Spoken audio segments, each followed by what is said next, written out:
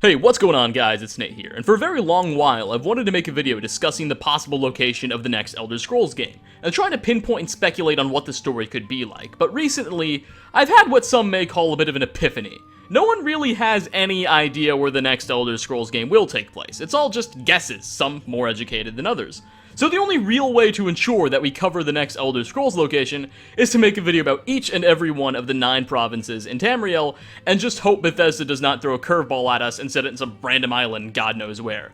Now I'm gonna set out to make one of these videos each and every single week in order from what I consider to be the most likely location to the least likely one, discussing why basing the next Elder Scrolls game in said region would make a little bit of sense, and loosely guessing on what we can expect that story to consist of as well. So we'll be starting off with Hammerfell, which seems to be one of the more likely locations we can expect to see the Elder Scrolls 6 take place in. According to various references and books throughout Skyrim and Oblivion, we know quite a bit about this region despite not getting to visit it ourselves, save for an old game made in 1998. Hammerfell was originally colonized by the Dwemer, who despite building a variety of the region's first settlements, soon saw themselves conquered by invading Nords, Imperials, and Bretons, and disappeared off the map shortly after that.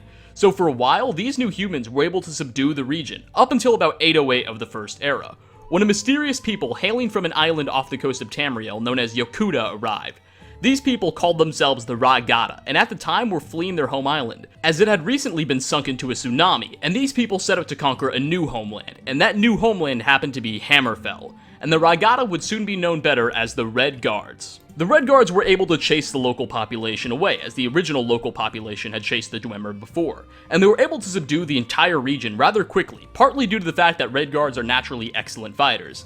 Now, despite their unique heritage, these Red Guards soon began to adopt many aspects of Tamriel's culture, things like language, architecture, and then some. This allowed for the rise of a faction known as the Crowns, a traditionalistic group of Red Guards that despised their culture's assimilation with Tamriel's, and they were pitted against the Forebears, a more liberal group of entities that promoted the assimilation with Tamriel's culture and were fine with adopting things like language and architecture. Eventually, an all-out civil war erupted between these two factions, and the Forebears were losing quite badly, so they called on the hands of a lovely Imperial by the name of Tiber Septim to march his forces into Red Guard territory and defeat the Crowns. In exchange, Hammerfell would become a now Imperial allied province.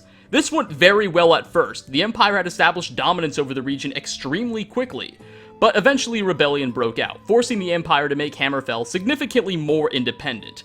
And while Hammerfell would technically remain in Imperial control, that wouldn't exactly be the case, as it was rather autonomous at this point. Skipping over a period of civil war between the Forebears and the Crowns once again, and overall turmoil in Hammerfell, we arrive at the onset of the Great War, where the Thalmor attack the Empire, and Hammerfell, as a result, is also invaded with Cyrodiil. However, the Forebears and the Crowns are actually able to set aside their differences and push the Thalmor back quite a good bit. But things aren't exactly going so well over in Cyrodiil, and the Empire eventually concedes to the Thalmor by signing away their own little Treaty of Versailles, known as the White Gold Concordat, which the Empire surrenders away their religious freedoms and grants the Thalmor significant amounts of territory, as well as military access within their own borders. For newly united Hammerfell, this really doesn't go over too well. Remember, they were winning the war in the first place, so they flat out reject the treaty, forcing the Empire to renounce the territory in order to make peace with the Aldemari Dominion. Essentially, Hammerfell gets kicked out of the Empire. And over the next 5 years, the newly independent Hammerfell becomes to the Thalmor essentially what Afghanistan was to the Soviets, as the Red Guards are able to beat back their technologically superior foes again and again. So the Thalmor eventually pull out of Hammerfell entirely, and kind of agree to a sort of a white peace with the nation, as neither side really gains anything from the war. And that's where the history sort of ends. The Forebears and the Crowns kind of hugged it out during that war, and now Hammerfell stands alone, but united against an aggressive Thalmor and an empire whom they feel abandoned by. I feel like with such a rich backstory, Hammerfell offers the Elder Scrolls 6 a lot in terms of a potential location, particularly during that 5-year war Hammerfell had with the Thalmor after the Empire renounced it. The primary questline could consist of the player helping out both the Forebears and the Crown defeat the Thalmor.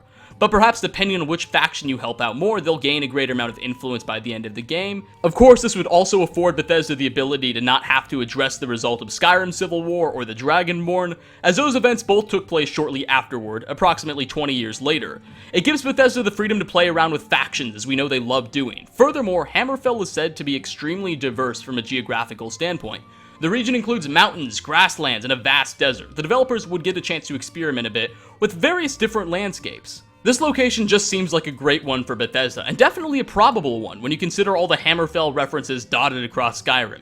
The Great War Book, in which much of the history that we know is derived from, or that quest in Whiterun where two Redguard warriors come in search of a local. There's a lot for Bethesda to work with here in this setting, and I certainly think it would make for one of the better locations. Anyway guys, I hope you enjoyed this video. What do you think about Hammerfell being a possible one? What do you think is a more likely location or would serve as a better one? I really want to know your thoughts. Anyway, again, thanks for watching the video. If you enjoyed, please feel free to hit that like button, dislike if you did not, and I hope to see you all in my next video. Peace out, everybody.